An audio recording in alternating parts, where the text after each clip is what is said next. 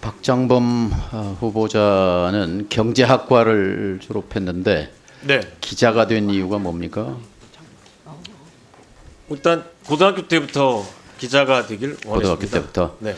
KBS 20기인가요? 네, 공채 시킵니다. 1994년. 네. 롤 모델은 누구였습니까? 특별한 롤 모델은 없었어요. 고등학교 때부터 기자가 되려고 했으면 뭐 생각한 사람이 없어요? 네, 특별한 롤 모델은 없었습니다.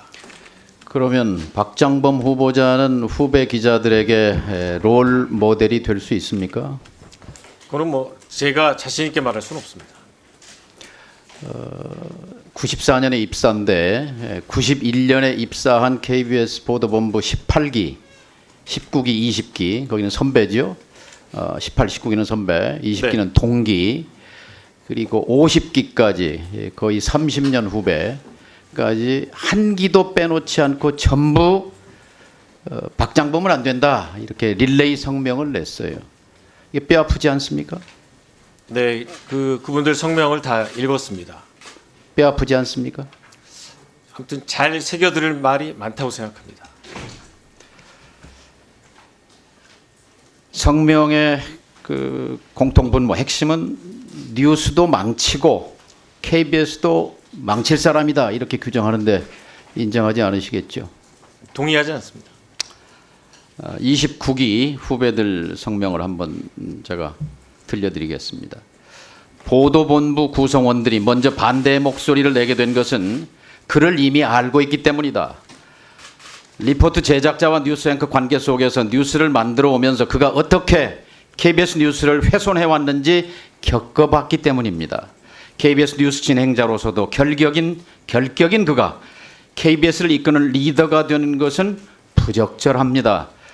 KBS를 망가뜨리는데 일조한 그가 이제 공영방송 KBS를 더 큰 수렁에 빠뜨릴 수 있을 것이라는 위기감의 발로입니다. KBS 사장은 KBS 얼굴입니까? KBS를 대표하는 얼굴 중에 하나죠. 얼굴이지요. 보도본부 32기 33명의 취재기자와 촬영기자들은 이렇게 성명합니다. 박근혜 정권 때 사회부장이었던 후보자는 최순실 사건과 관련해 관련 기사들을 애써 외면하고 박근혜 최순실 게이트를 비호하고 은폐하는 데 앞장섰다. 인정하십니까? 인정하지 않습니다. 그랬던 박장범이 KBS 사장이라니 가당키나 한 일인가? 보도본부 42기 후배들입니다. 10년차 기자인데요. 권력에 질문하지 못하는 기자는 기자가 아니다. 그런 자가 공영방송 수장은 더더욱 아니다. 박 후보자에게 촉구한다. 더 이상 KBS를 정권에 아부하는 수단으로 이용하지 말라. 후배들의 이 뼈아픈 질문에 대해 반성하지 않습니까? 네, 저 자신을 한번 되돌아보고요. 지적에 대해서는 겸허히 수용하겠다는 생각을 가지고 있습니다. 반성합니까? 제가 어떤 잘못을 했는지 되돌아보는 계기를 삼겠습니다. 반성은 안 합니까? 특별히 뭐 성명서에 대해서 반성할 생각은 없습니다. 성명서가 아니고 그 지적에 대해서. 뭐 특별히 반성할 내용은 없다고 생각합니다.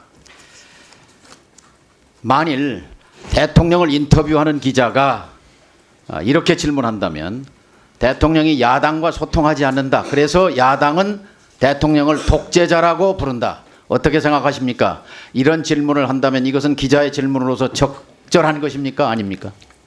제가 이제 할 수 있습니까? 후배 기자가 한 프로그램에 대해서 평가하긴 뭐하지만요. 아니 저라면 그렇게 문재인 기자가 전 질문한다면 대통령을 기자가 할 향해서 수 있는 질문인가요? 아닌가요? 저라면 문재인 전 대통령을 향해서 독재자란 표현을 쓰지 않습니다. 문재인 정부 시절에 문 대통령과 신년 인터뷰한 같은 KBS 보도본부 출신 송현정 기자의 인터뷰 질문입니다. 대통령이 많이 불편했을 것입니다만 권력에 질문하지 않는 자는 기자가 아니다라는 후배들 성명에 부합하는 질문입니다. 후보자는 윤 대통령에 대해서 조만한 파우치에 대해서 질문했습니다. 대통령에 대해 불편한 질문입니까? 대통령의 심기를 생각한 질문입니까? 그 주제 자체가 대단히 불편한 질문이었을 거라고 생각합니다.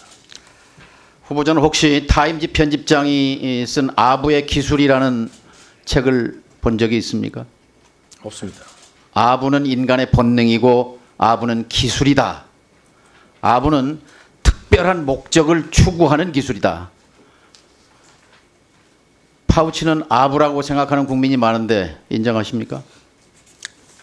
파우치는 사실, 팩트입니다. 상품명입니다. 조만한 파우치는 즉석에서 생각한 겁니까? 오래 생각해서 고민한 질문입니까? 조그만한 파우치라고 한 적은 없고요. 파우치라고 한 다음에 영어를 풀어서 조그만한 가방이라고 했습니다. 사전에 조만한 나오는 표현입니다. 가방, 조만한 가방 파우치, 매치나 되치나 마찬가지입니다.